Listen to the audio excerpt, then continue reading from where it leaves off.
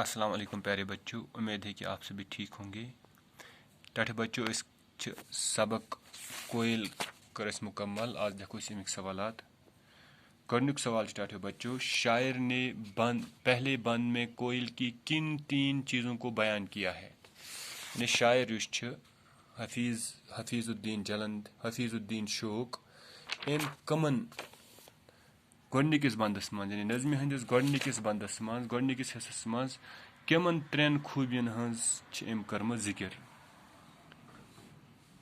इसका जवाब है पहले बंद में शायर ने कोयल की रंगत यानी गोडनिकिस बंदस मज शायरन गोडनथे कोयल सज रंग अम सुंद रंग क्युथ आसान इसकी सूरत यानी शक्ल सूरत किस अमिस और आवाज़ किस अमिस यानी रंगत सूरत और आवाज़ को बयान किया है।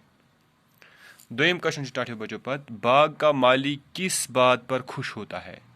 यानी बागों की उस मालिक ये क्या खुश एक टाठे बच्चे लिखे सुनता है जब कूक को तेरी खुश होता है बाग का माली यानी आवाज़।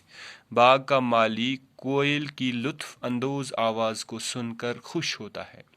यानी बागुक मालिक यम साथ कोयल सज कुकू बर्ड सज आवाज़ बोजान अम लुत्फ अंदोज गसान लुत्फ अंदोज आवाज़ बोधित गसान खुश।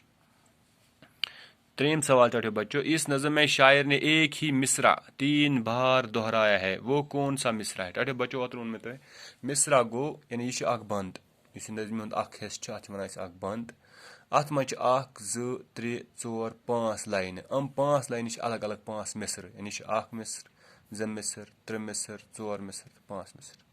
सवाल कि अत नज़म मज 1 मिसर गोमुत 3 फिर इस्तेमाल सो मिसर कुछ टाठे बच्चों सह क्या कोयल तेरी कूक निराली कोयल तेरी कूक निराली कोयल तेरी कूक निराली। यानी जिस मिसरे को शायर ने 3 बार दोहराया है वो मिसरा है कोयल तेरी कूक निराली। सो मिसर कोयल तेरी कूक निराली। सवाल नंबर 4 है प्यारे बच्चों, नज़म के आखिरी मिसरे में कोयल की कौन सी खूबी जाहिर होती है।